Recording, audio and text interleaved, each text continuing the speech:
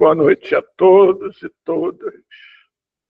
Hoje, 28 de abril de 2025, nós temos o grande prazer de receber Túlio para nos conversar com a gente sobre bio e necropolítica. Não podia existir ninguém mais apropriado do que ele para falar sobre isso. Não só pelo conhecimento técnico que tem, mas pelo ser humano que ele é. Uma pessoa extremamente amiga, solidária, companheiro de todos e todas que deles têm o privilégio de se aproximar.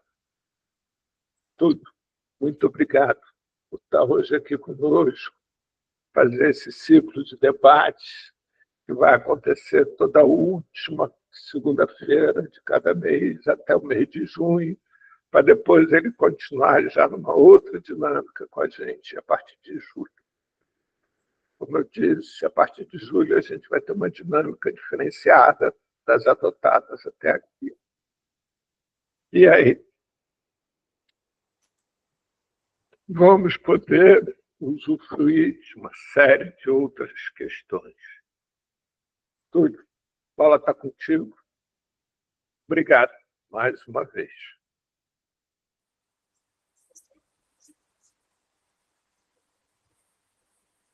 Ok, Paulo.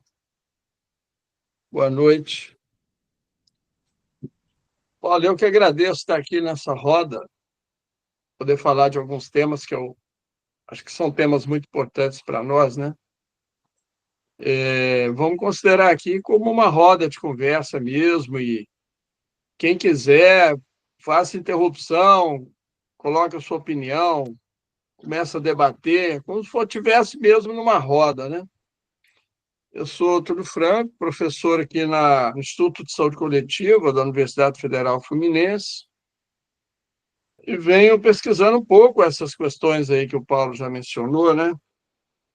Como é que as políticas organizam o controle das pessoas, como que é o tratamento às pessoas, principalmente aos grupos, né, que se organizam de uma forma diferente, com uma forma, eu diria assim, usual, hegemônica, que você tem que trabalhar, produzir, acumular riquezas, que é o que o sistema, né, que nós vivemos hoje, sob as diretrizes, vamos dizer assim, do neoliberalismo, quer que a gente atue. Então eu vou começar discutindo um pouco, vou começar trazendo um pouco questões que eu tenho certeza que são conhecidas de todo mundo aqui, vamos dizer assim, vou começar a trazer alguns fatos que são muito comuns no nosso cotidiano, para a gente chegar a discutir o que é biopolítico, o que é neopolítica, né? Mas todo mundo tem visto, por exemplo, como que as populações periféricas são tratadas no nosso país, né? Então, nós vamos pegar, por exemplo, tem sido muito discutido, muitas pessoas têm falado isso, que a tal política antidrogas, né, a guerra às drogas, se transformou, na verdade, numa política de assassinato de jovens negros periféricos. E por que que isso acontece, né? Assim como também nós vimos o que aconteceu, tem acontecido com a população indígena no Brasil, e o fato mais marcante foi 2 anos atrás, quando revelou o chamado genocídio Yanomami, né? Que os Yanomamis estavam sendo dizimados, como a gente viu aquelas cenas horríveis na televisão. Então, a gente vê que certos grupos populacionais indígenas, aí nós temos um exemplo do genocídio Yanomami, a jovens periféricos, a gente tem o exemplo da política antidrogas, que viveu uma política de assassinato de jovens periféricos, né? A população, a comunidade LGBT trans tem sido objeto de grande repressão. Nós vemos frequentemente assassinato, morte de pessoas dessa comunidade, né? Então, o que acontece que esses grupos sofrem, eu diria assim, cotidianamente um ataque, né? Cotidianamente uma agressão, uma violência, e que vão sendo exterminados aos poucos, ao longo do tempo. Por que isso acontece? E vivem com medo, né? Então, o medo ele é uma coisa disseminada nas nossas comunidades. O medo está sempre presente, né? O medo da polícia, o medo da milícia, o medo de ser denunciado, o medo de fazer uma coisa, o medo de encontrar alguma coisa. E isso tem significado. Aí eu vou entrar um pouco no significado dessas coisas. Em primeiro lugar, o medo ele é uma técnica de governo. Então, os governos, quando para submeter as pessoas, para submeter a sociedade, para submeter os grupos de pessoas, eles usam o medo como uma técnica. Porque as pessoas com medo, elas não reagem. As pessoas com medo, elas ficam recuadas, né? As pessoas com medo, elas não têm iniciativa. Então, as pessoas com medo é mais fácil subjugar. Então, o medo ele é uma técnica de governo, nós temos que entender isso. Essa é uma coisa muito presente nas nossas sociedades. E a outra coisa é nós entendermos o momento que nós vivemos, em que os corpos das pessoas, né, nosso corpo, a nossa vida, ela é reconhecida como esse projeto, que eu disse, projeto neoliberal, como um capital humano. O que é isso, né? Isso é o sistema neoliberal. Ele olha para as pessoas, ele faz uma leitura, uma classificação das pessoas como capital, ou seja, como um valor monetário, ou seja, as pessoas para esse projeto neoliberal que está organizando a sociedade, as pessoas elas têm valor e esse valor ele é precificado. Então, como é que eles precificam o valor das pessoas? Dependendo do lugar que mora, da origem social, a origem econômica, hábitos de consumo, a educação que a pessoa teve, tudo isso vai se somando e o sistema, então, ele classifica as pessoas como esse chamado capital humano, que é as pessoas sendo precificadas, monetarizadas, dado a elas um valor monetário, e esse valor monetário é o valor da vida dessa pessoa. É assim que o sistema olha para a gente, né? Então, o que acontece? Pessoas que têm o baixo capital humano, elas são corpos, vamos dizer assim, são pessoas descartáveis, matáveis, desconsideradas pelo sistema, um estorvo, aspas, para esse sistema. Então, é por isso que política antidrogas vira o assassinato puro e simples de jovens negros periféricos, porque são corpos de acordo com o sistema neoliberal, são corpos em que o seu capital humano ele é de baixo valor, então o sistema descarta esses corpos. Eles são descartáveis, portanto, matáveis, né? Por que o genocídio, por que aquele genocídio horrível dos Yanomami, mas também tem um assassinato sistemático dos índios Guarani, Caiovale, Dourados, outros lugares a gente sempre está vendo isso. Porque os indígenas também, organizam o modo de vida deles comunitário, e eles não estão preocupados em acumular riqueza, não organizam a vida deles dessa forma, e eles têm para esse sistema neoliberal, portanto, baixo valor de capital humano, e são descartáveis, portanto, matáveis, né?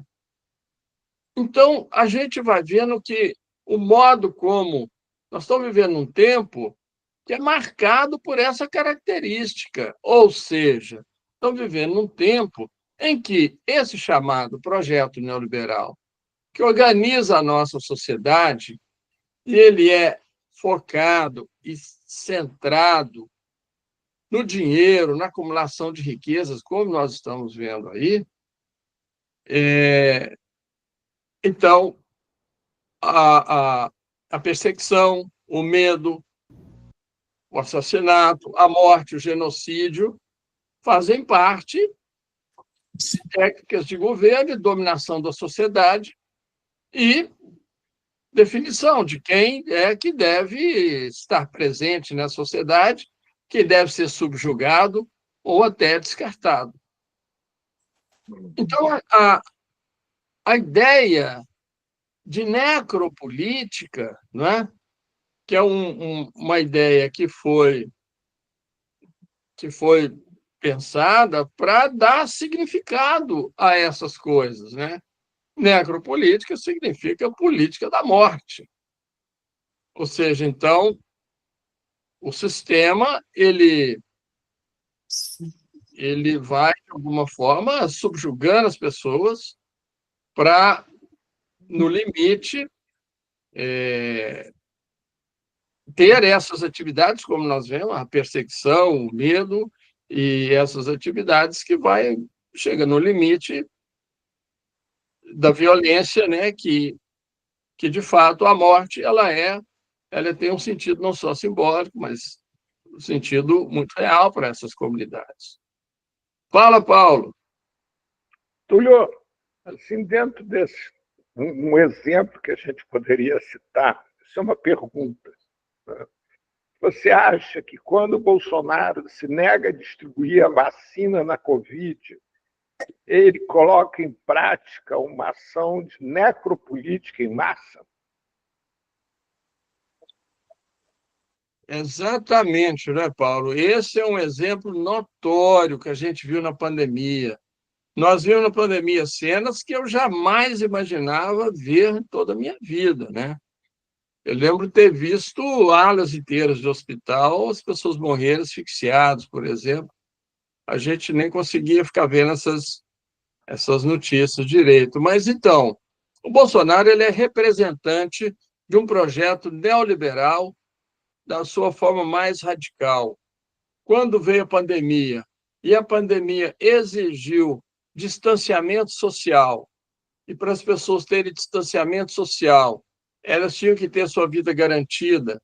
É aí que veio o auxílio, né, para as pessoas ficarem em casa e ter esse distanciamento social, porque o vírus era um vírus muito letal, muito perigoso, que se disseminava muito rapidamente e não tinha nenhuma forma de proteção até então. E o Bolsonaro teve várias ações no sentido mesmo de eliminação das pessoas, a verdade é essa. Como nós vimos, e todos os dados que nós temos, estatísticos, mostram isso, né? Para ter uma ideia, o Brasil é o 11º país em população do mundo, uma coisa assim, mas ele está entre o primeiro ou o segundo em mortes, né, de pessoas da Covid. O percentual aqui foi enorme, né? Mais de 10%, 700 mil pessoas, né? Então, um negócio horroroso. Então veja bem, quando o Bolsonaro, inclusive, ele faz propaganda contra o distanciamento social, ele está priorizando o quê? Ele está priorizando a atividade econômica à defesa das vidas. Essa é a verdade. E quem é que vai para o trabalho, a labuta cotidiana? Justamente os trabalhadores, as camadas mais pobres, que vivem do salário, né? Então, a propaganda dele é disseminar, em primeiro lugar, contra o distanciamento social, expõe os trabalhadores ao vírus e à morte. Depois, quando já estava num processo bem adiantado de fabricação das vacinas, foram oferecidas várias vacinas aqui, e o governo brasileiro, se comprovou depois, inclusive, negou comprar essas vacinas. Então, o Brasil ele entra quando o governo compra, ele compra devido à enorme pressão social que foi feita sobre o governo, e o Brasil ele já entra um pouco tarde. A gente começa a receber vacinas já um pouco tarde.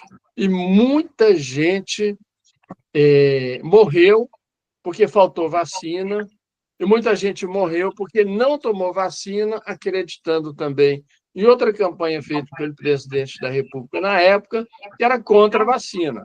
Todo mundo se lembra que o governo, e especialmente o presidente, falava que a vacina poderia mudar a característica da pessoa, mudar os seus genes, vai virar jacaré, não sei o quê, essas coisas todas.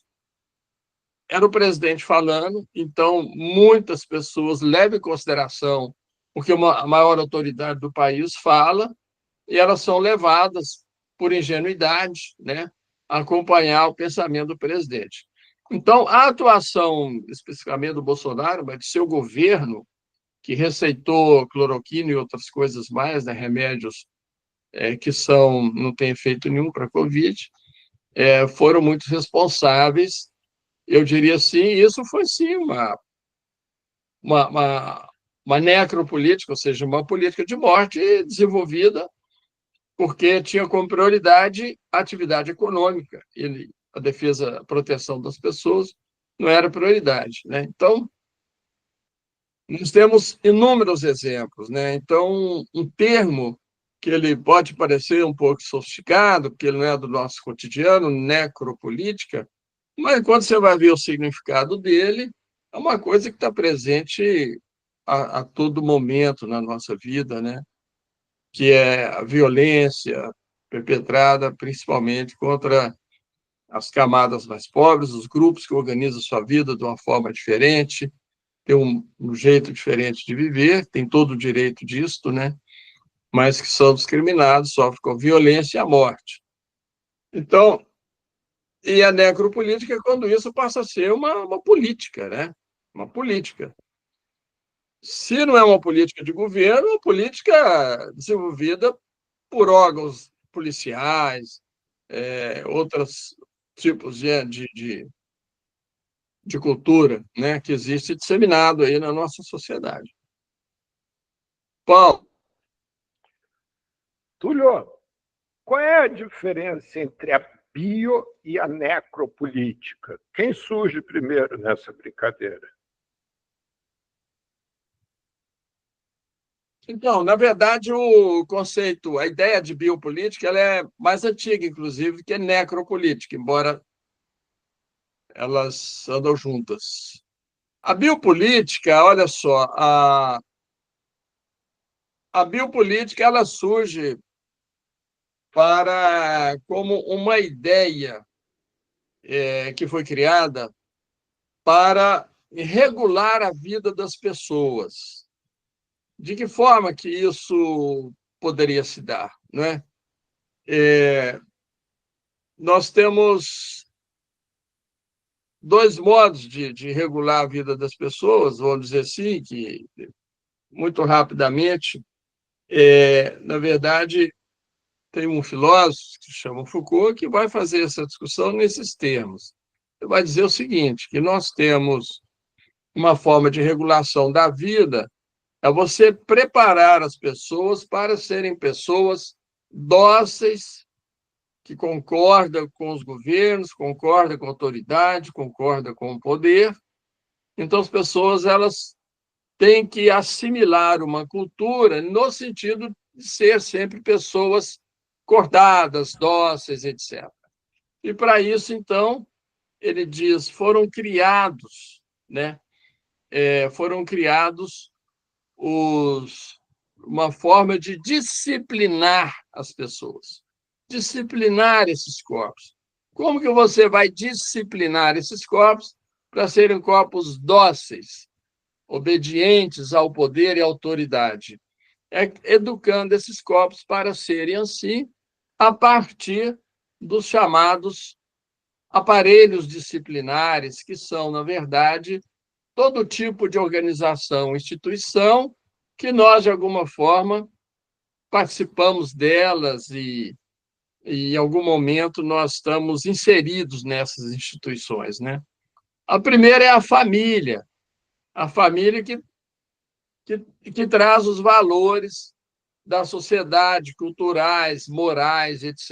e tal, e transmite isso para os seus filhos e vão criando essa cultura, de acordo com aqueles valores e aquela moral geralmente definida pelas religiões, o governo, etc. Depois a escola. A escola é outro chamado aparelho disciplinar. Disciplina as pessoas. Então, o aprendizado moral. Na minha época, tinha disciplina de moral e cívica, por exemplo. Os aprendizados da moral, dos valores, etc., são sempre os valores e a moral dominantes para controlar as pessoas, controlar esses corpos. Mas também você tem os hospitais, os asilos, as prisões, né? As instituições policiais, etc. Tudo isso é organizado na sociedade, vamos dizer assim, para disciplinar esses corpos. Dizer, olha, vocês precisam viver de acordo com essas normas, regras, moral, cultura, comportamento e tal, né? Porque se não for de acordo com essas regras, moral, comportamento, etc., esses valores, pode ser punido, né? Pode ser considerado louco, vai para o manicômio. Considerado criminoso, vai para o presídio, e etc. e tal. É discriminado de alguma forma. Então, essa é uma forma, né? Então, disciplinar os corpos é uma forma de uma biopolítica, ou seja, a política sobre a vida. Biopolítica significa isso, é uma política que ela dita os modos como a pessoa deve viver. Não é o contrário, a pessoa tem liberdade de viver como ela quiser. Não. A política dita as normas como a pessoa deve viver de acordo com uma moral, o controle do comportamento, da sexualidade e tudo mais, né? Então, é isso. Nós temos... Então, por exemplo, muitas vezes você tem proibições,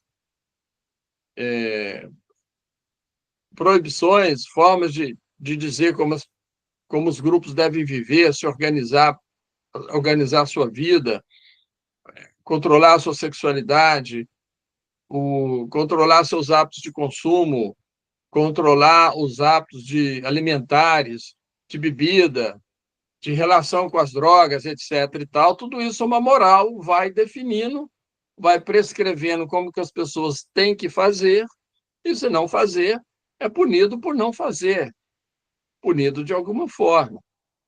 Então, não segue a cultura, os valores, a origem das pessoas, o livre, né, o livre modo de se colocar na vida, nada disso é respeitado. Então, a biopolítica é isso, é uma política que prescreve os modos de vida e tem as formas de disciplinar as pessoas para esses modos de vida, né? Você pega a política de drogas, por exemplo, você sabe perfeitamente bem que droga foi usada desde que a humanidade é a humanidade. Os ritos religiosos, os ritos culturais, os ritos comunitários, desde os povos ancestrais, utilizam substâncias que são formas de estímulo, né? Estímulo para o sonho, estímulo para conversar com os deuses, os espíritos. Isso tudo é algo que diz respeito ao mundo do humano, ao nosso mundo, à paisagem humana, né? E quando se transforma, então, evidentemente que isso vai ganhando novos contornos na nossa sociedade, mas quando você tem uma política que a pauta dela é única e exclusivamente a aplicação da violência, aplicação, como eu disse, o controle das drogas virou uma política de disseminação dos corpos pretos, pobres, periféricos. Então, você vê que tem outras coisas nisso aí, né? Tem outras intenções, outros interesses, outras diretrizes. E aí vira a necropolítica. Na verdade, a necropolítica ela é derivada da biopolítica, né? se a biopolítica é o controle dos corpos, para que eles sejam corpos dóceis e submetidos ao sistema, a necropolítica já é uma política que usa a morte, o medo e a morte, como técnica de governo. Então, expor as pessoas ao vírus da Covid-19 é a técnica de governo, claramente, né? A gente viu isso na pandemia, como que Bolsonaro foi sustentando essa política aí ao longo de um tempo. E levou muita gente junto, né? E a gente vai vendo hoje mesmo como é que tem sido, por exemplo, a relação. Se você vai ver como que a sociedade atua, pega os grupos periféricos, vê como que as políticas atuam com esses grupos, você vai perceber claramente a operação necropolítica. Então, eu lembro muitas vezes, por exemplo, chamada, né, entre aspas, Cracolândia e São Paulo. Né, houve um período que o governo derrubou o prédio com pessoas dentro, na cena de uso lá, né, na Cracolândia. Então, é esse o tratamento, né? Como entra nas periferias atirando. Eu lembro muito bem incursões em regiões periféricas que a violência era extrema. Então, a necropolítica ela é uma derivação, vamos dizer assim, uma consequência da biopolítica, né? Que é a forma como você vai controlar esses corpos. No extremo é matando aqueles corpos descartáveis, né? Como eu disse, para o sistema neoliberal são corpos matáveis, esses que nós estamos citando. E a gente está vendo isso acontecer todo dia, não é? É uma realidade muito clara. Então, são esses os aspectos, né, que a gente vai percebendo, são coisas que estão no nosso cotidiano e que nós precisamos empreender uma luta muito grande contra essas coisas, né? Pela liberdade das vidas se organizarem como quiser, o livre-arbítrio de cada corpo, definir suas preferências, como vai organizar a sua vida. Esses são os valores humanitários fundamentais que nós temos que lutar por eles. Então, a gente é contra esses controles biopolíticos, a gente é contra a necropolítica e essas coisas todas, evidentemente, que significam maiores graus de controle e violência sobre a população. Paulo e o Tabacol. Vamos lá, gente. Então, vamos lá. Olha só, tem algo assim que uma reflexão que eu faço há algum tempo, eu já tinha algum tempo vontade de conversar com você a esse respeito, que é o seguinte: quando você pega os 10 mandamentos de Moisés, né, em que ele estabelece como pecados, você vai ver que aqueles 10 mandamentos, eles dizem respeito exatamente, ele tinha a missão de levar o povo judeu cruzando o deserto, e era necessário estabelecer uma regra de convívio onde evitasse o conflito entre eles e, a partir daí, pudesse se estabelecer uma norma particular de travessia e de convívio. Né? Então, por exemplo, você pega a gula como pecado, é exatamente no sentido de você poder ter uma distribuição dos alimentos, que eram muito poucos, entre todos de uma forma mais equânime, sem falarmos que existiria porções, mas falar cada um pensar que comesse só o necessário, sem comer além. Ou desejar a mulher do próximo, né? Que num grupo pequeno como aquele, que era em torno de 250, 300 pessoas, seria o caos. Então, assim, esse é um lugar quando se estabelece normas para o controle que poderia ser enquadrado como biopolítico. No momento seguinte, né, surge Napoleão, que estabelece e rompe com a forma de governo através da hereditariedade, né, e dos reis, imperadores, etc., e estabelece uma forma de governo um pouco mais próxima.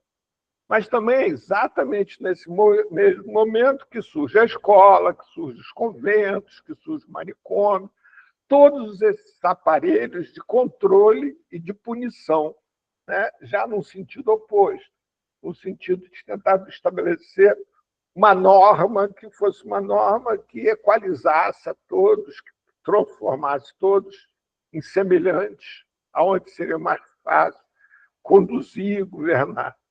Como é que você vê isso, Túlio, exatamente no momento que surge, né, algo mais parecido com a democracia, que é durante Napoleão, surgir também todos esses aparelhos de repressão tão fortes, todos esses aparelhos onde os diferentes são dizimados. Surge, inclusive, só para completar, o vício, né? A doença do vício surge nesse mesmo momento. Certo, Paulo. Vamos ver o Tabacol, ele fala e em seguida eu comento aí. Bom, é mais ou menos nessa linha de haver regras. Isso que o Paulo falou. Eu moro num bairro de classe média, existe um albergue da prefeitura. Eu acho que no bairro inteiro deve ter umas 300 pessoas em situação de rua.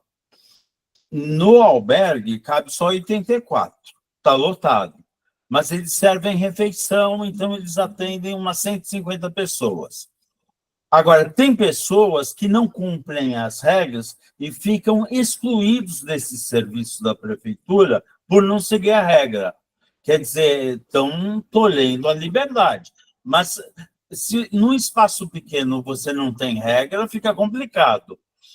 Eu acho que essa população tem que ser incluída.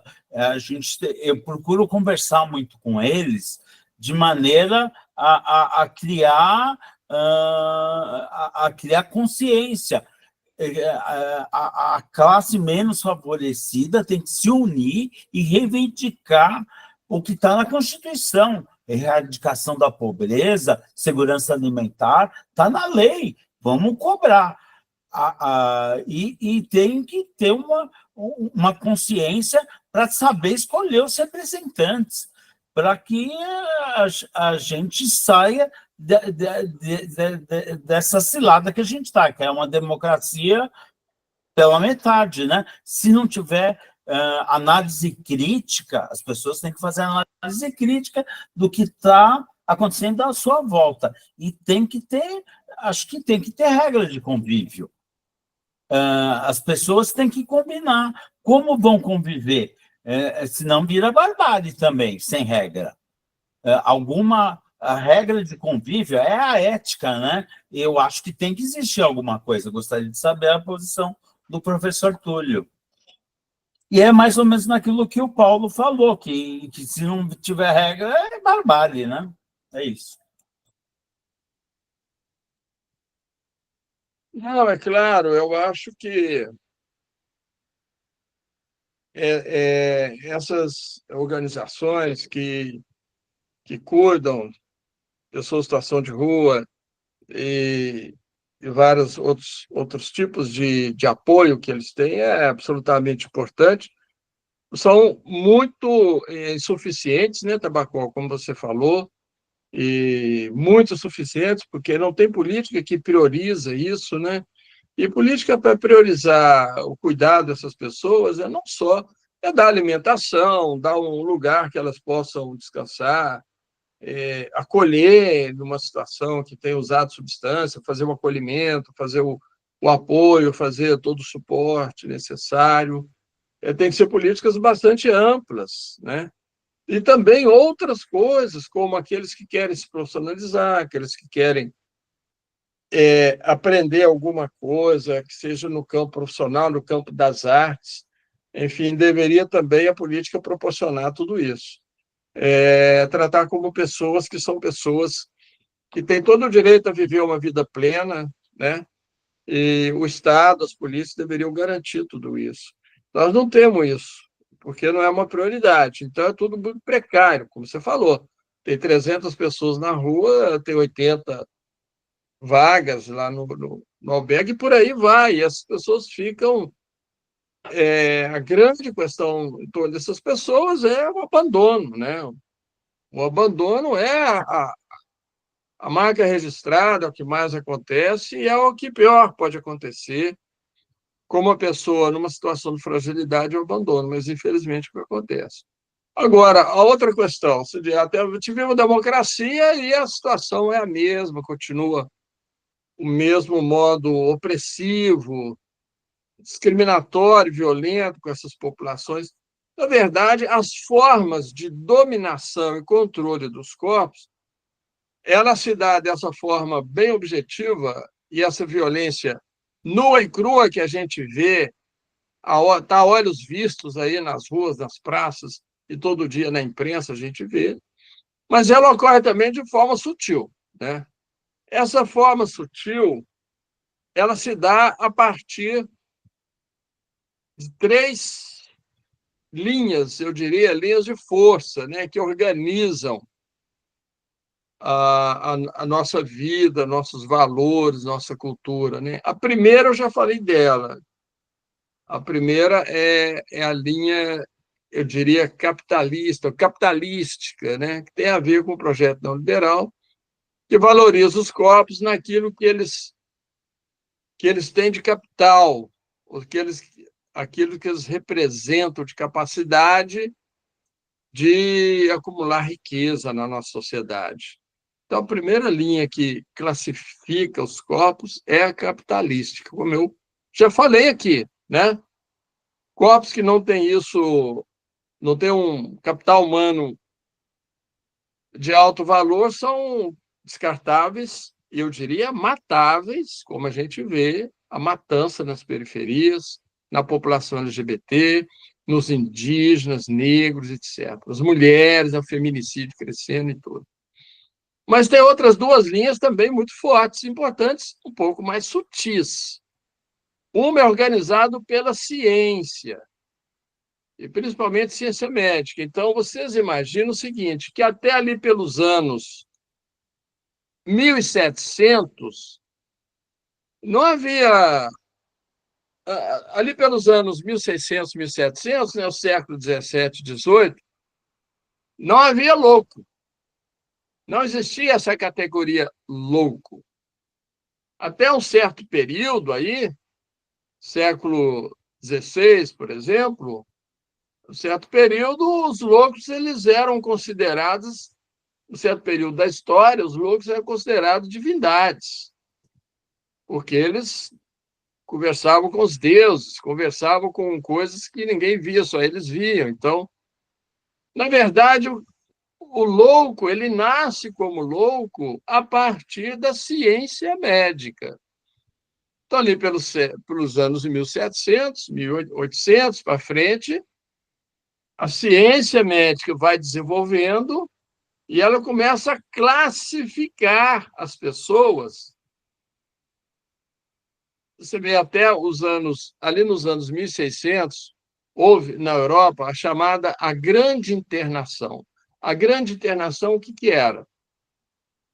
Todas as pessoas que tinham sua vida organizada de uma forma diferente e não desejada pelos nobres, a burguesia recentemente criada e tal, organizada e tal, eles eram internados, eram segregados da sociedade. Então, eram segregados as pessoas, vou chamar aqui, os loucos, os vadios, os empregados, as prostitutas, que tinham doença sífilis, doença venérea, pobres, miseráveis, não sei o que, eram segregados, a chamada grande internação. Não havia uma diferenciação entre eles. Ali para os anos 1700 em diante, a medicina, ela diagnostica o louco, fala esse sujeito com comportamento bizarro, que fala sozinho, que sonha sozinho, esse sujeito ele tem uma doença.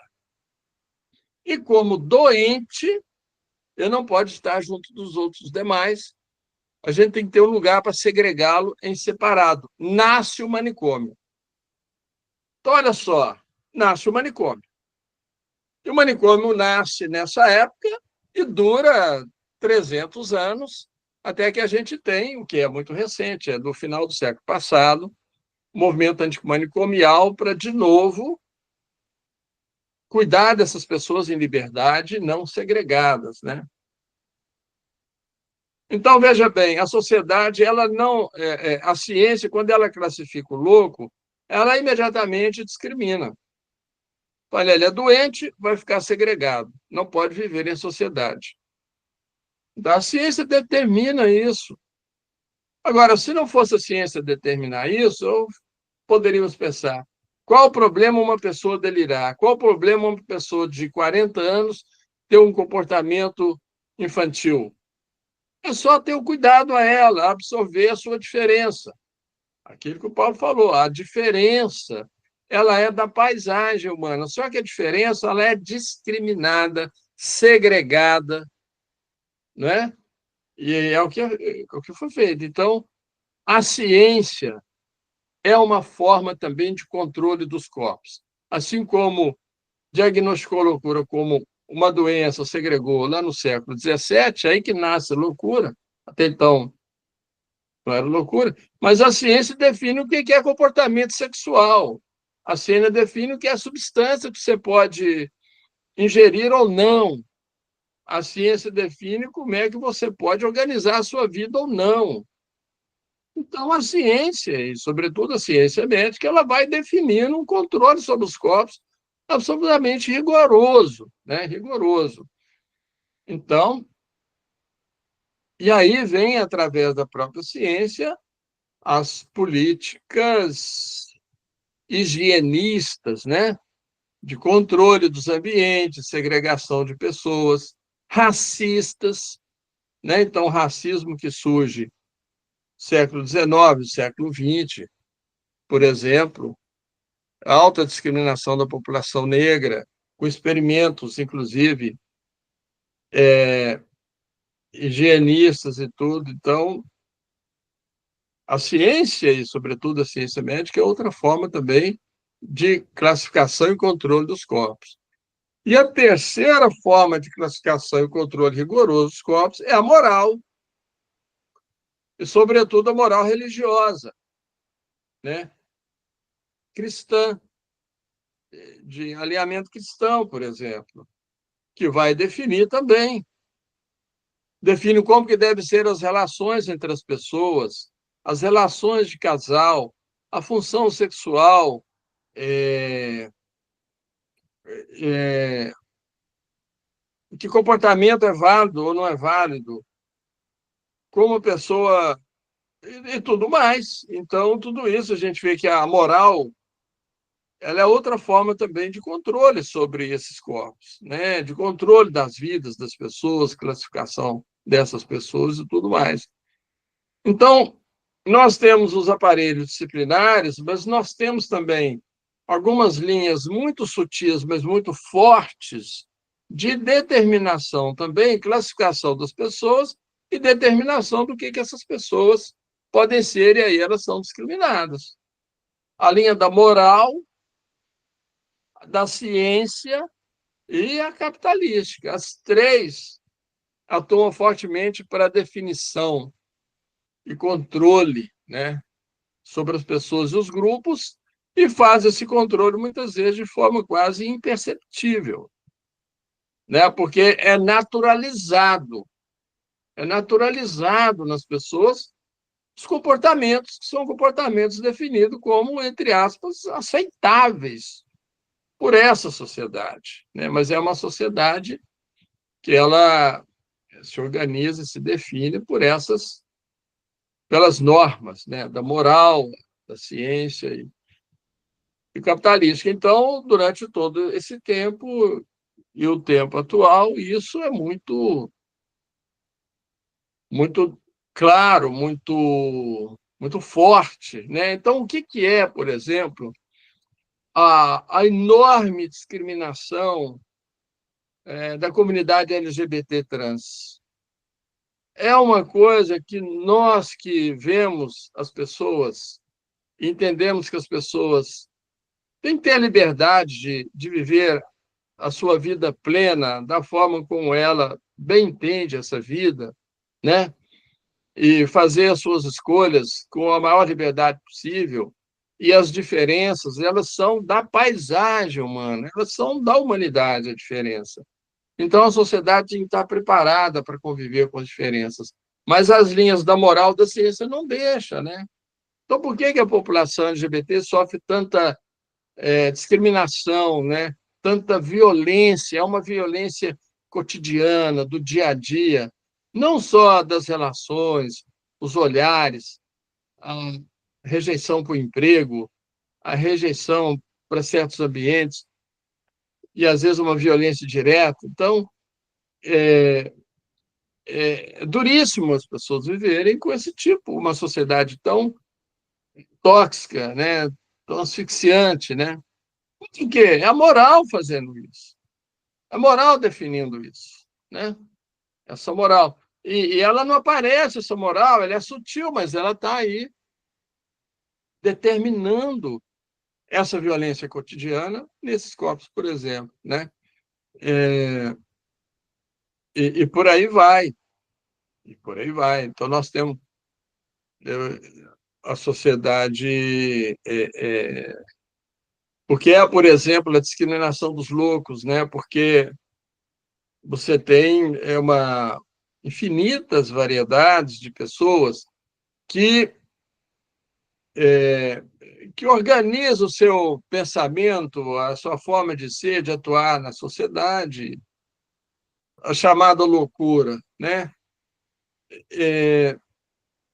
As pessoas sofrem uma enorme discriminação, uma dificuldade grande de se inserir, de serem compreendidas, né?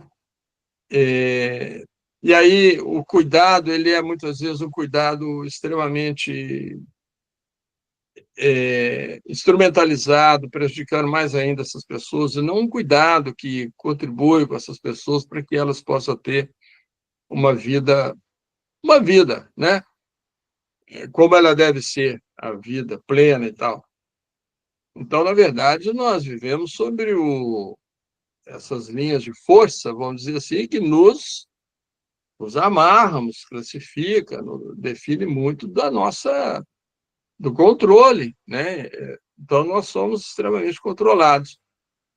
É claro, gente, aí eu já vou passar para o Sérgio Pinho, mas é claro que tem saída para tudo isso. Eu vou procurar falar um pouco, para a gente não sair daqui e falar, não, nós estamos perdidos, porque por onde a gente vira tem controle, né? A moral, a ciência, o capitalista está controlando a gente, mas nós vamos, quando a gente olha para as comunidades, tem uma potência enorme de resiliência, de resistência, protagonismo e invenção, criação de saídas de modos de vida plenos, mesmo diante dessas questões todas, né? Vamos falar um pouco disso daqui a pouco, para a gente sair daqui animados. Acho que a gente deve sair daqui animados, né? Vai lá, Sérgio Pinho, você. Rapaz, você lê meu pensamento, viu? Porque eu estou gostando das suas colocações. E isso aí mesmo, né? Para a gente não ser que a gente está enquadrado, esse processo civilizatório que existe e que está aí no mundo. A gente tem que falar do Oriente também, que o Oriente se organizou de forma diferente, mas tem aparelhos de Estado que nem o Ocidente também. E assim as coisas vão se organizando, né? Muitas coisas melhoraram de lá para cá e muitas coisas pioraram nas formas de organização social. A gente pode ver isso, né? Agora é isso. Eu queria falar justamente isso, rapaz, que você falou, ou seja, quais são as alternativas, se não forem essas das organizações comunitárias, das organizações civis, os grupos alternativos, os grupos que se organizam de comércio, de associações, de necessidades comuns, e aí eles vão se organizando. Eu queria perguntar justamente isso, e você falou isso. Isso que eu levantei um bocado de... Valeu, é isso aí.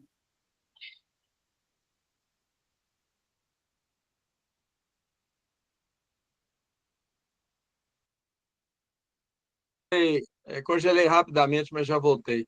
Sérgio Pinto, então, houve uma transmissão de pensamento aqui rápida, em alguns milésimos de segundos, né? Você pensou uma coisa, eu falei, Mas é o seguinte, eu acho que a gente tem que perceber isso, quer dizer, existe, gente, agora as comunidades, todas essas que eu estou citando aqui, que são objeto de grande controle, elas têm uma vida, têm uma potência e reagem a esse controle. Essa é a questão fundamental. Inclusive, assim como Foucault criou o conceito de biopolítica para nos ajudar a entender essas formas de controle sobre da sociedade, né? Mas tem um grupo que, estudando tudo isso, criou um outro conceito que se chama biopotência. Foi um grupo italiano, inclusive, de pessoas que resistiram muito ao fascismo italiano nos anos 70, né? Foi um fascismo muito pesado, chamado os Anos de Chumbo. Então, tem um grupo italiano, os representantes deles principais Toni Negri, Maurício Lazarato, que eles falaram, não, os grupos interior da sociedade, na base da sociedade, têm uma grande capacidade de resistir a esses controles, têm uma grande capacidade de atuar por sua própria força, suas atividades, a sua própria consciência, o seu próprio protagonismo, né? De inventar soluções de vida e conseguir ter uma vida plena, resistir contra esse sistema de controle.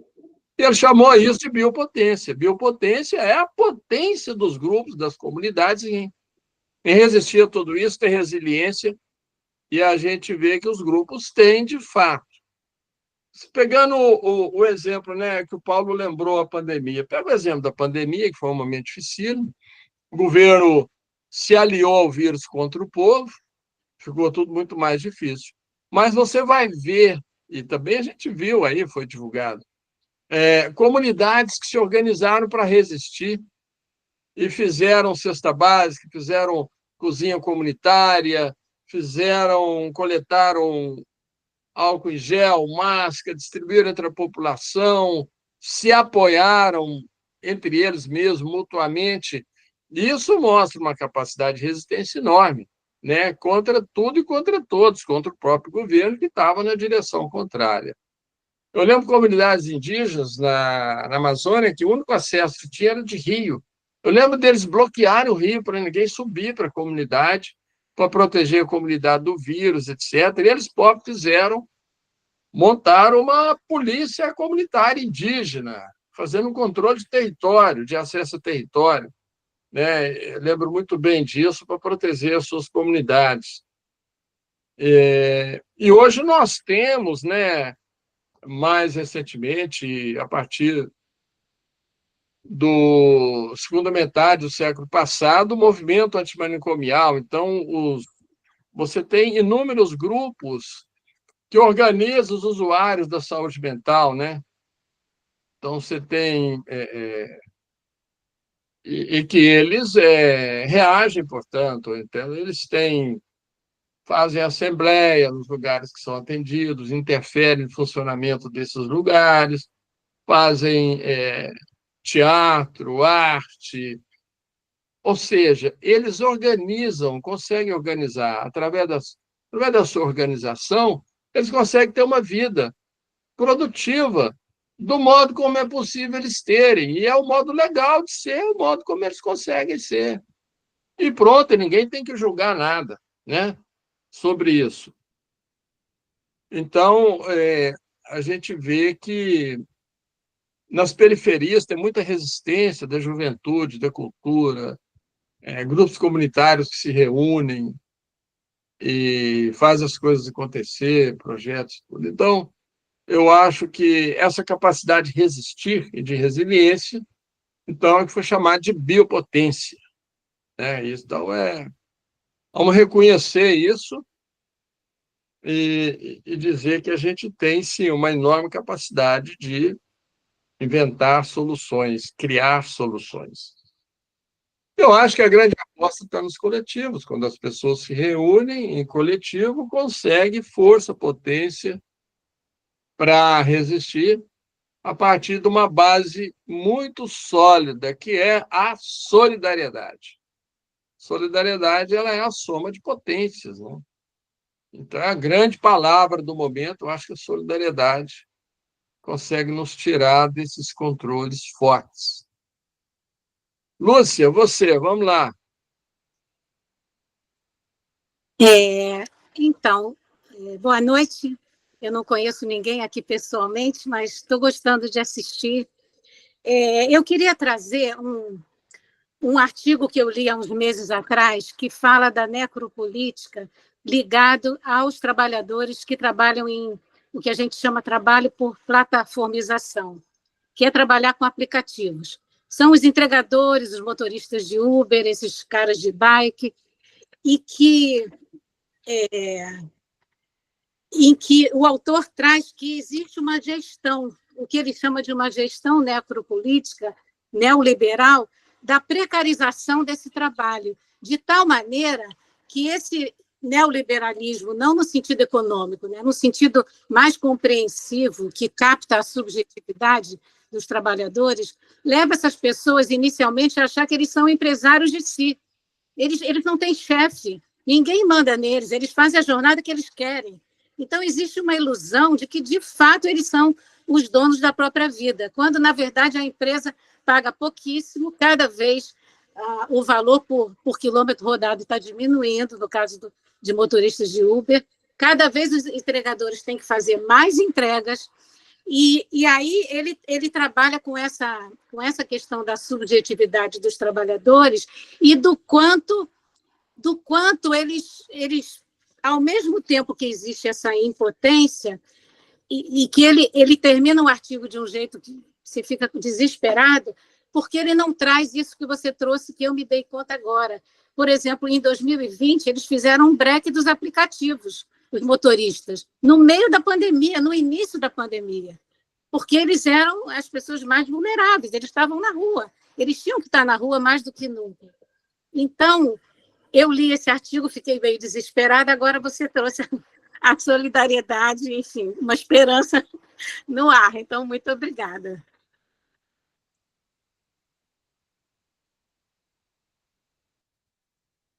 Olha, Paulo. Eu queria trazer uma questão que é na linha do que Lúcia traz, né, mas caminhando um pouco mais à frente. A gente caminha para um mundo onde a produção de bens de consumo ela está sendo toda automatizada, toda robotizada, né? Segundo vários estudos aí, dizem que em 2030 nós teremos 1 bilhão de robôs atuando nas linhas de produção de bens de consumo. O que representa como esses robôs não param para ir ao banheiro, para fazer nada, né? Não trabalham 24 horas por dia, sem fim de semana, sem nada, a supressão de em torno de 4 bilhões de postos de trabalho, o que já vai gerar a extinção de uma série de profissões. Elon Musk, por exemplo, já sugere que seja criada uma renda básica universal, porque a partir daí se tem um desemprego em massa, e aí o capitalismo faliria por falta de consumidor, né? Então, assim, Túlio, porque na medida em que essa função da produção da riqueza deixa de depender do humano e passa a ser robotizada, sobrará ao humano, teoricamente, fazer aquilo que ele deseja, né? E aí, como é que se estabelece o controle dentro desse prisma, se eu já não tenho a relação, como chama a atenção o Noam Chomsky, e que exatamente o valor do corpo, né, que é materializado, a escravidão através de salário, ou seja, quando alguém te paga um salário, ele está te dizendo quanto você vale socialmente, né? E aí, ao mesmo tempo, você se torna totalmente dependente daquela pessoa, daquele emprego, para poder se manter vivo, porque você adequa todo o teu padrão de vida àquele teu salário, seja comer, seja escola dos teus filhos, saúde, etc. Como é que pensa-se isso, né, quando A necropolítica, por exemplo, dentro desse processo, ela deixa de ter uma função central, né? No sentido de que você não tem mais a relação direta, a tua relação com a tua necessidade não é mais intermediada pelo teu patrão. Você passa a ter a possibilidade de ter uma renda independente do teu patrão. Você perde a identidade social, mas a renda, ou seja, a tua subsistência está garantida. E aí, como é que fica isso tudo?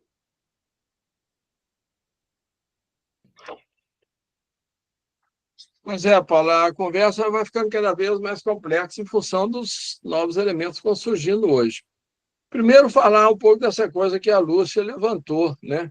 Na verdade, o neoliberalismo, na forma atual, ele atua tanto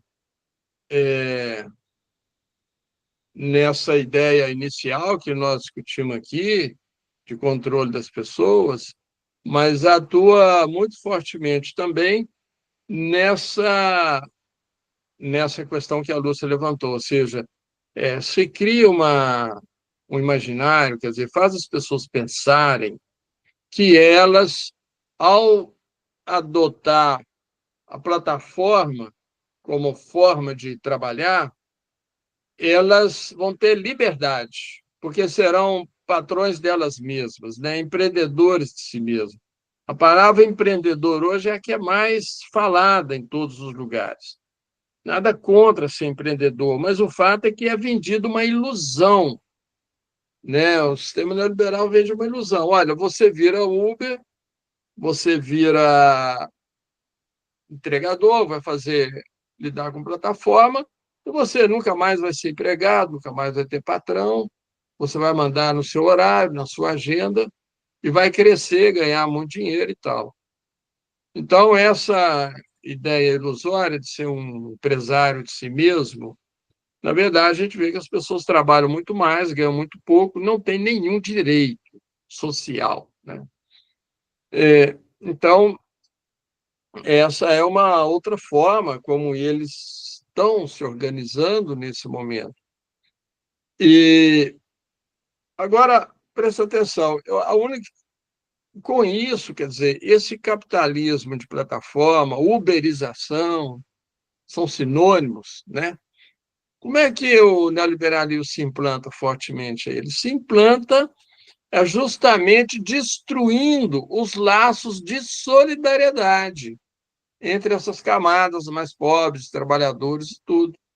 Porque uma pessoa que está no aplicativo ali, trabalhando com o aplicativo, que antes ele estava numa empresa qualquer, olhava para o lado, ele via um trabalhador como ele, vivendo as mesmas questões dele, criava um laço de solidariedade natural.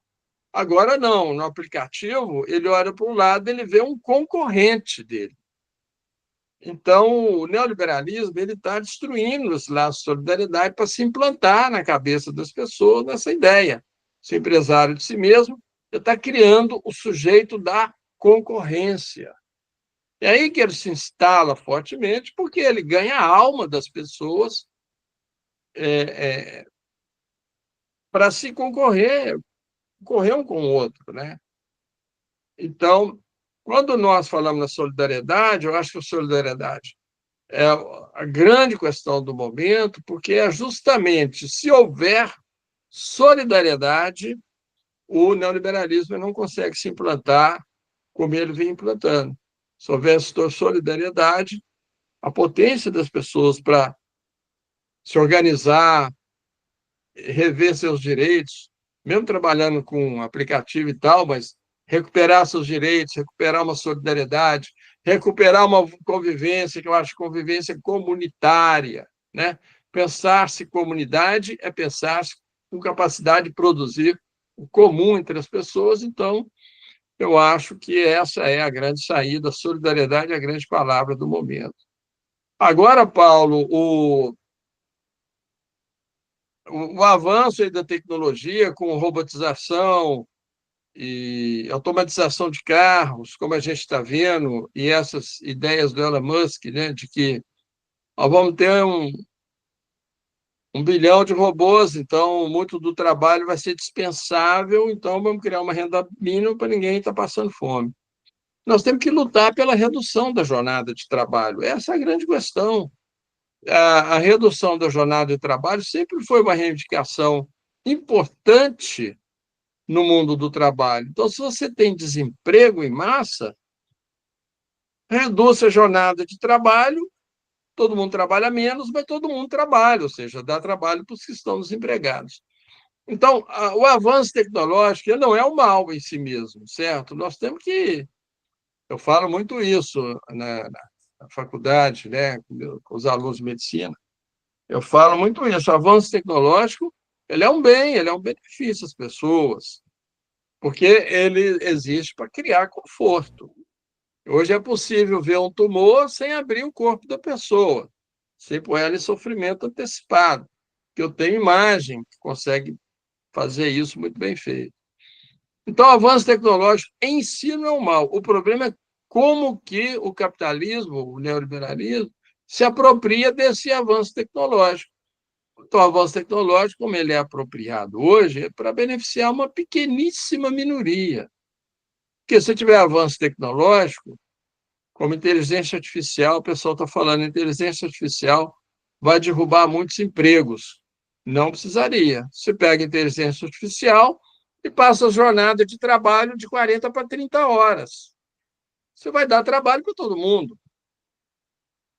É que o capitalista, o empresário, ele não consegue abrir mão de um mínimo que seja de lucro que ele vem tendo. Ele quer sempre aumentar o seu lucro, majorar o seu lucro, independente da vida dos outros. Jamais pensa nos outros, jamais pensa em ser solidário, porque se for pensar de modo geral, a saída é reduzir a jornada de trabalho para que todo mundo tenha emprego e o trabalho ocioso as pessoas podem viver uma vida mais tranquila, dedicar à família, dedicar ao estudo, estudar, fazer curso, a arte, coisas do tipo, né? Então, na verdade, nós temos que pensar em uma outra estrutura de funcionamento social da sociedade diante das novidades que estão surgindo. Outro dia eu escrevi um texto que eu começo falando isso. Nós vivemos a era dos extremos. Tudo que nós vivemos hoje é extremo.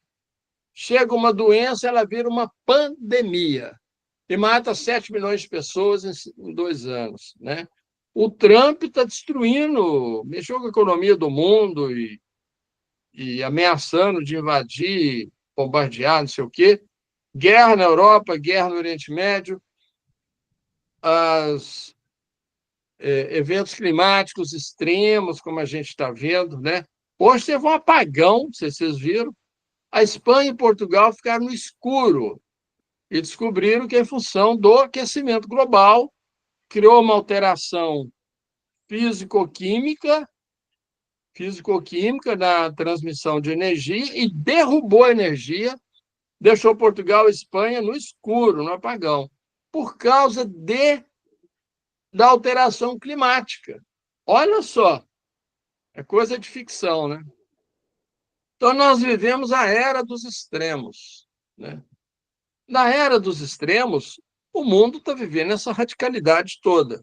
O clima radicalizou, a doença radicalizou, os governantes, a guerra e tal.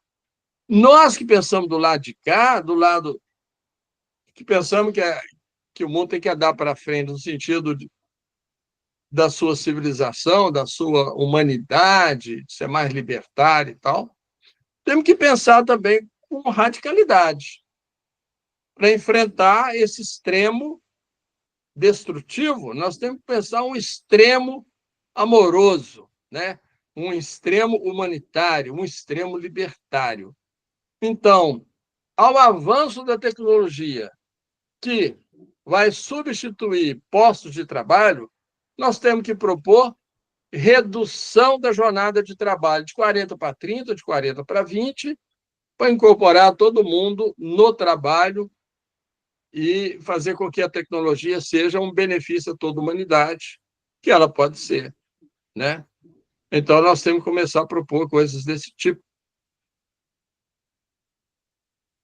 Tabacol.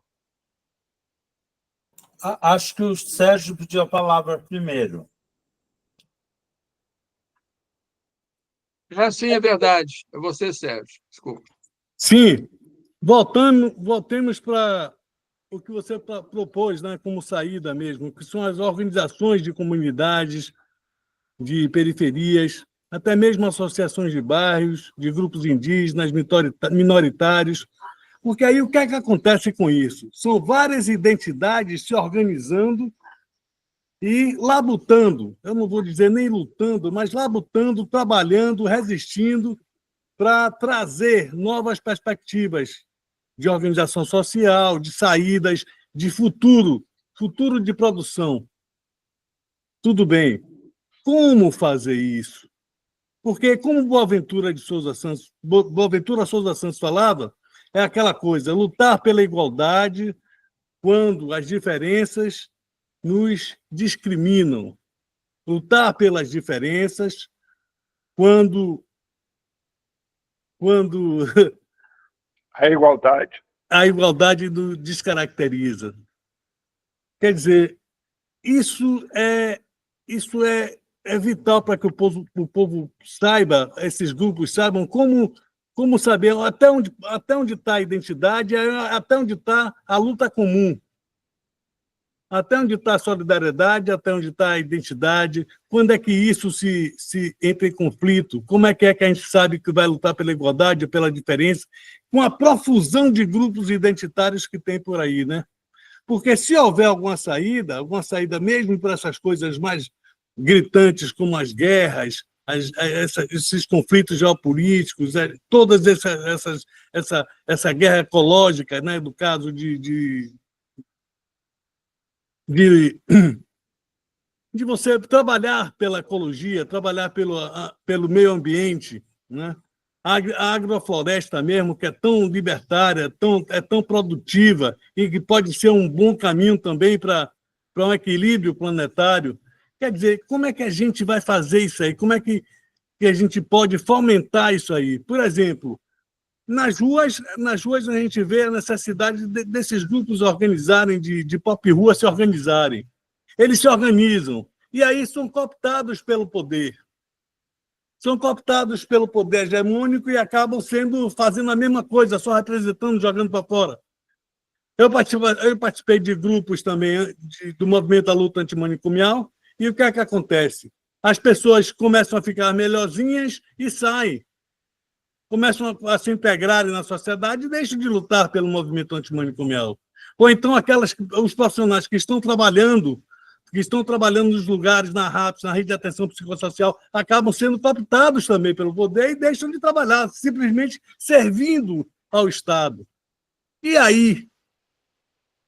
Será que... Né, eu sei que a saída é por aí, mas como chegar até aí? Não sei se me fiz entender, mas é por aí mesmo. Tabacol. Na linha do que o Sérgio está pedindo para o professor Túlio, eu quero também sugestões para a gente buscar soluções. Eu sinto que nós, humanos, sempre nos organizamos em times para sobreviver. Formamos times e os times foram crescendo. Geralmente, a gente usava um pouco de egoísmo para poder vencer, para sobrepujar os times oponentes. Então, a gente sempre fazia queria resguardar, ter mais recursos que os outros. Então, mas a gente tem tecnologia para produzir para todo mundo, né? Seria ótimo que a gente fosse solidário. Eu vejo que os times foram crescendo com a internet. Eu tenho a impressão que os times estão se fragmentando. Há muita informação e muita confusão. Existe seitas ainda, mas fragmenta. Aparece sempre um sublíder que quer ser líder. Então, há muita briga nos times. Então, há uma fragmentação dos times com a internet. A impressão que eu tenho. Não sei se é isso mesmo. Gostaria de uma confirmação. Agora, a gente precisa achar uma maneira de conscientizar os 90% menos favorecidos que eles estão sendo explorados, que o sistema está injusto. Se a gente pegar o PIB e dividir, dá 4 mil por pessoa. Quer dizer, é muito mal dividido. Então, precisaria os menos favorecidos ter isso esclarecido e encontrar uma maneira de pôr líderes que tenham vontade política de fazer isso, diminuir a jornada de trabalho, de pôr salário digno, né? Um salário que dê para viver. Hoje em dia, R$ 1.500 para o salário mínimo é muito pouco. A gente precisaria de um salário de 4 mil, quer dizer, uma família de 4 pessoas, ou com 8 mil, dava para ter uma vida sem luxo, mas uma vida digna. Então, como é que a gente... o Sérgio estava perguntando soluções, como a gente vai fazer? Não sei se tem resposta a isso. Eu estou procurando criar consciência de classe e a gente pôr líderes altruístas que pensem no coletivo, né? Pelo menos que não sejam um altruísmo exagerado, mas que pelo menos um equilíbrio entre o individual e o coletivo. Tem solução? Marcoal, essa é a grande questão, né? Essa é a questão de $1 milhão. Tem a solução? Assim como o Sérgio Pinho falou, acho que a questão de vocês é a mesma questão, né? Ou seja, nós conseguimos avançar, nos organizarmos, avançar. Eu acho que tem muita coisa muito nova para a gente. Aquele modo como nós organizávamos a luta social, pela minha geração, os anos 80, os anos 90, os grupos comunitários se organizavam e faziam suas manifestações, faziam sua mobilização. Isso hoje é completamente diferente com as redes sociais, né? Muito diferente. Então, nós estamos ainda nos adaptando a esse novo momento, a essa nova forma de comunicação. Agora, nós podemos pensar algumas diretrizes, como eu estou tentando pensar aqui com vocês, né? Então, por exemplo, se o projeto neoliberal, que é um projeto de acumulação, um projeto que precifica os corpos, discrimina, né? Classifica e discrimina, que é um projeto individual, individualista. Como é que a gente contrapõe? Que é um projeto que forma o sujeito da concorrência. Como a gente contrapõe a isso? Eu fui pensando, nós temos primeira questão, a palavra mais importante nossa, solidariedade. Se a gente refaz os laços de solidariedade entre as pessoas, a gente forma um antídoto, né? Uma barreira a esse projeto neoliberal. E a solidariedade ela forma vínculo entre as pessoas, confiança, é uma coisa muito forte. Então, isso fortalece muito, eu diria assim, as camadas populares, os grupos sociais, né, os quais eu estou citando aqui desde o início e tal. Então, a solidariedade é algo absolutamente importante, nós devemos falar dela, praticá-la, né? Ser solidário. Essa é a coisa fundamental. A generosidade humana, nós temos política de saúde nossa, o SUS, é uma política generosa. Nós temos que fortalecer, engrandecer, reivindicar que ele seja financiado, etc. Tal. Então, nós temos essas políticas que nasceram lá nos anos 80 e que mantêm ainda um perfil, pelo menos sua base filosófica, legal, é da solidariedade. É muito importante. A outra ideia muito importante que nós temos que cultivar entre nós, a ideia de comunidade. Comunidade no sentido de formarmos coletivos com capacidade de pensar o comum entre eles, né? Comunidade vem dessa ideia de comum. Então, se eu posso pegar, por exemplo, diferentes grupos de pessoas, eu posso pegar pessoas que estão na periferia, negros, a comunidade LGBT, indígena. Eu posso pegar esses grupos e dizer o que há de comum entre esses grupos. Tem muita coisa em comum, eles são muito diferentes, mas tem muita coisa em comum. E o que é comum forma um laço de solidariedade, a soma de potência entre eles. Isso fortalece muito para lutar por algo melhor e diferente. Então, eu acho que essas questões são diretrizes que apontam para a gente um caminho, ou seja, nós temos que ir por aqui, né? A ideia de liberdade é muito importante também. A liberdade, não no sentido de direito de escolha. Eu não quero tomar uma cerveja X, quero tomar uma cerveja Y, direito de escolha. Mas liberdade, ela tem também um sentido filosófico, que é a pessoa ser aquilo que é a sua própria natureza, aquilo que é a sua essência. Por quê? Esse sistema de controle todo, a pessoa vai deixando de ser ela mesma. Ela vai sendo o que o controle manda ela ser, né? A verdade é essa. Então, a pessoa ser ela mesma, autêntica, a sua essência, fazer aquilo que ela acha que é bom para ela e é socialmente produtivo, coletivamente produtivo, essa liberdade ela é antineoliberal também.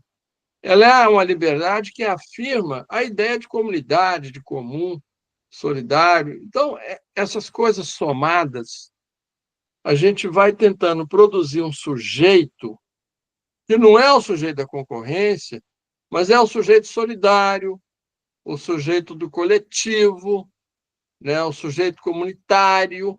Esse sujeito, ele é tudo o contrário do sujeito que o sistema neoliberal está formando.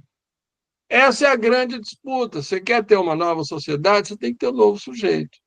Esse novo sujeito, essas questões da solidariedade, comunidade, liberdade são importantíssimas, né? Então, eu tenho diretrizes, né? Agora, como mobilizar as pessoas e tal, é um aprendizado nosso nesse momento atual, porque mudou muito o que era anteriormente, né? Com as redes sociais. Estamos nesse aprendizado. Olá, Tabacol, dá uma É, ideia aí para nós. a liberdade, se a pessoa for para o lado da solidariedade, tudo bem. Mas e se a pessoa achar no direito de causar sofrimento para o outro? Então, é relativa a liberdade, né? Vai até onde você provoca sofrimento, daí não pode. Eu acho que tem que ter limite à liberdade, não é total. É, eu acho que a liberdade ela tem que se somar à ideia de coletivo, comunidade, né? Tem que somar a ideia de solidariedade. Então, uma liberdade dessa ela não vai prejudicar as pessoas, né? Ela tem que ser um componente junto desses outros dois. Você tem razão, uma liberdade que agride o outro, que violenta o outro, não pode ser considerada uma liberdade. Aí é alguém que está prisioneiro de outras coisas, né? Outros sentimentos, mas nunca do espírito comunitário e solidário que a gente tá pensando, né? Você tem razão.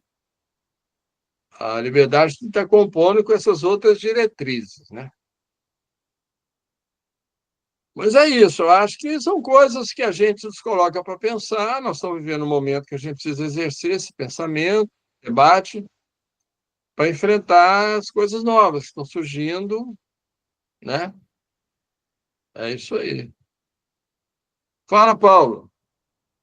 Túlio, eu queria trazer de volta uma fala sua, né, dentro da perspectiva da questão da tecnologia, e que a tecnologia não é o problema, né, é uma solução.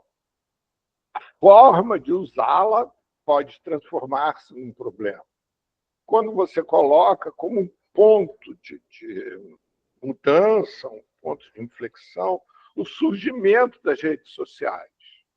Me parece que o surgimento das redes sociais, com tanta ênfase na nossa sociedade, advém do desejo da comunicação entre nós, advém da vontade exatamente da busca dessa solidariedade que é intrínseca à própria espécie humana.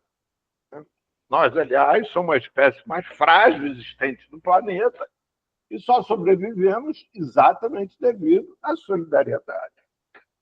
Mas, por outro lado, nós temos questões que existem respostas imediatas.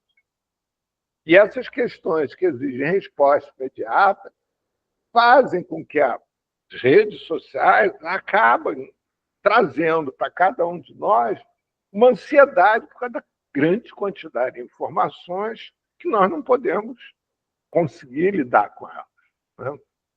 Um grande exemplo disso foi no ano passado. O Brasil bateu o recorde histórico de suicídio de crianças e adolescentes. E não são crianças e adolescentes com nenhuma descaracterização ou nenhum conflito social maior do que possa se imaginar. São pessoas com razoável contato social, inserção familiar, inserção em vários aspectos, né? Mas o que a gente pode entender disso é que eles, ainda crianças e adolescentes, não conseguem perceber os seus lugares nessa sociedade que os espera. Há algum tempo atrás, o observatório foi consultado pelo governo escocês, exatamente na questão que os adolescentes escoceses estão somatizando no aparelho digestivo, né, toda a ansiedade deles, e com isso tendo dores enormes, e eles não sabiam literalmente o que fazer. Inclusive, se continuasse naquele ritmo de crescimento, eles iam ter que aumentar as taxas de impostos para poder bancar o sistema de saúde deles. Então, o que eu trago para você, quer dizer, para o grupo como um todo, né? Porque, assim, ao mesmo tempo que a gente tem uma perspectiva de mudanças profundas no mundo atual, na forma de viver atual, com toda essa possibilidade de comunicação instantânea que nós temos, né? Nós, por exemplo, não estaríamos conseguindo fazer esse debate aqui, essa roda de conversa, se não fosse essa tecnologia advinda das redes sociais. Mas, ao mesmo tempo, também, né, assim como qualquer outra questão no mundo, a água demais mata.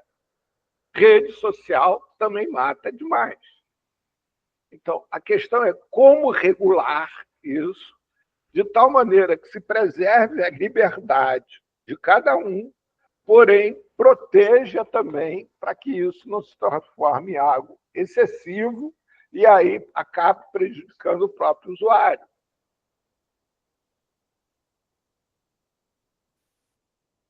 Eu acho que não tem receita para isso, né?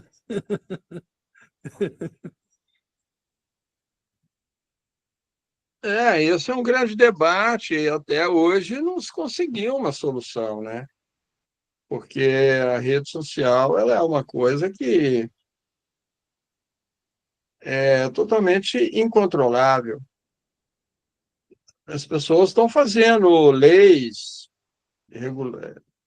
determinando punição para certas atitudes na rede social, mas, ao fim e ao cabo, ela é incontrolável, né?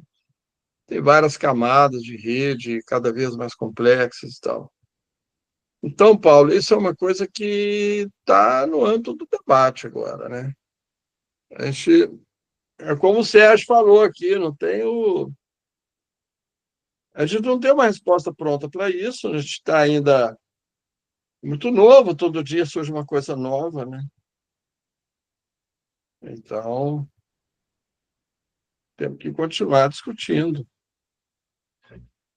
Não, eu não estava em busca de uma resposta, eu estava só levantando uma questão, que é uma questão que a gente podia deixar como dever de casa para nós todos, né? No sentido, no próximo encontro, na última segunda-feira do mês que vem, né, quando o Túlio estará de volta com a gente poder pensar na bionecropolítica neste mundo atual, né? Ou seja, como que a gente faz para lidar neste mundo atual com as redes sociais, com todo esse aparato de controle através de algoritmos, de câmaras, reconhecimentos faciais, etc., etc., etc., para manter a nossa liberdade de ser, porém também manter a possibilidade de circular por esse mundo também em liberdade, né? Sem tantos temores como a gente tem vivido no Brasil e no mundo como um todo. O Túlio estava falando do negócio da queda de energia na Europa. A queda de energia permanece ainda em vários países e não foi, e se expandiu, Túlio, para além de Espanha e Portugal. Ela se expandiu para regiões da França e está se expandindo sem as pessoas, quer dizer, sem os governos conseguirem estabelecer uma forma de controle para essa queda de energia lá, né? Tá? Ainda não tem solução imediata para isso hoje, nesse momento. Então, pessoal, eu acho que hoje a gente pode dar uma parada por aqui, pode terminar. Alguém tem mais alguma coisa que queira colocar? Acho que é isso, Paulo. A gente tem questões para o próximo encontro bem interessantes.